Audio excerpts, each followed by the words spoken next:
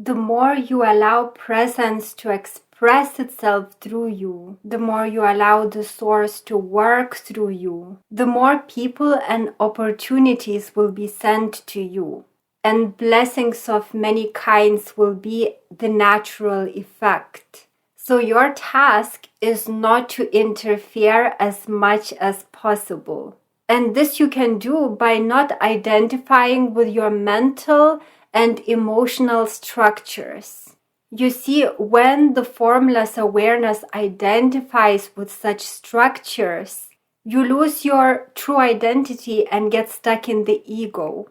This serves as a block, as a filter, so to speak, preventing the source from manifesting through you freely.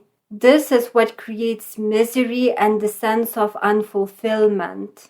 I know it may be hard to believe that all you need to do is to allow the presence to freely express itself through you by not identifying with that which you are not. But I don't think it's wise to straight away dismiss this simply because it sounds easy. I know from my own life that this is how it works. And I really hope you will put this to the test in your own life as well. Who is you that interferes? It's the ego. It pretends to be you. So the less you engage with it through identification with emotional and mental structures, the more you will understand who you really are. And because you are the pure essence that is unlimited love and universal intelligence, these are the kind of blessings that you will start attracting once you stay in your true nature. You will attract the most suitable things, people, and circumstances for your current personality. So that's how it works. You allow the presence to work through you, so it shines. This universal beauty, intelligence, and love starts shining through you, attracting the things perfect for your worldly personality. So what results is more joy, more love, and more enjoyment. And this just naturally happens without any ego effort. All you need to do is stay in your true nature and not think that you are that which you are not, which is emotional states, mental states, feelings, and so forth. That's why I created my spiritual support group, so that through mindfulness practices, we disidentify with that which we are not. Emotional, mental structures, inner talk, and so forth. Any form, even a subtle one, is not you. And identification with it, when your awareness straight away sticks to it, is what creates lack of clarity, dissatisfaction, not knowing who you are, and so forth. So allow those mental and emotional structures to be, and they will start dissipating. It's your attention, you're pushing against, you're pretending it's not there, whatever it is, that causes them to stay.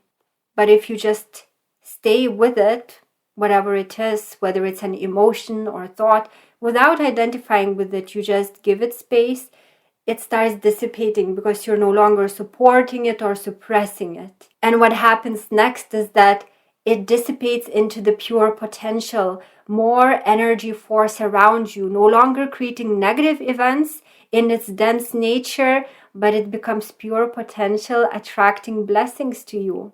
So dwell in your true nature and understand that anything of form, even a subtle one like an emotion, is not you.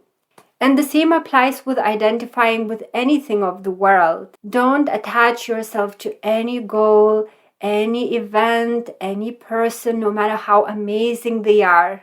Because when you attach yourself to anything outside of you, when you attach yourself to the world of changing forms, things that die and are born, you will create misery for yourself. Sooner or later, this will happen.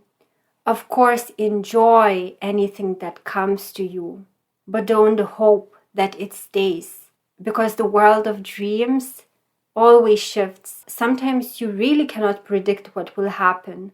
So enjoy what comes, but be ready to let go. And what comes next, if you freely let go, will be even better suited for you.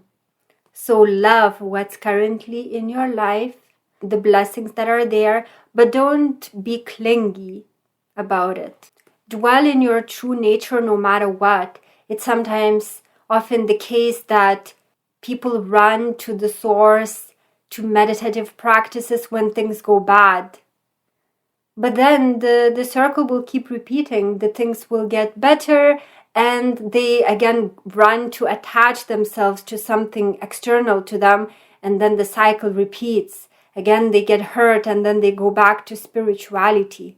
Instead, learn to always dwell within and observe the world of changing forms from the stability of your true nature. And that doesn't mean not enjoying. Enjoy everything fully that comes, the blessings that come, without being attached to them. And again, in my spiritual support group, we practice this way of living where you're not attached, where you understand what is you and what's the external world, the world that has the nature of a dream, so that you learn to live in a way that doesn't create suffering. So dwelling in your true nature, no matter what, creates an amazing life. It invites people, circumstances, events, and opportunities into your life that are perfect for you, which truly enrich you and which creates life that's ever fresh, ever new, instead of suffering ego cycles. You will see amazing things unfolding in front of you, and you will perceive it as a show, as a beautiful dream to be enjoyed, but not to be attached to. You will be like a participator in the most amazing show, but as soon as you reach out to grab hold of something, it becomes very real and suffering results. So in the spiritual support group, we learn how to appreciate what we have without attaching ourselves to this external show of form. So the less you interfere by identifying with your emotional and mental structures, the easier and happier life gets. I know it may be hard to believe because we are conditioned to work hard and strive and to compete and to expend a lot of energy. But this is an old way of living that results in suffering and staying stuck.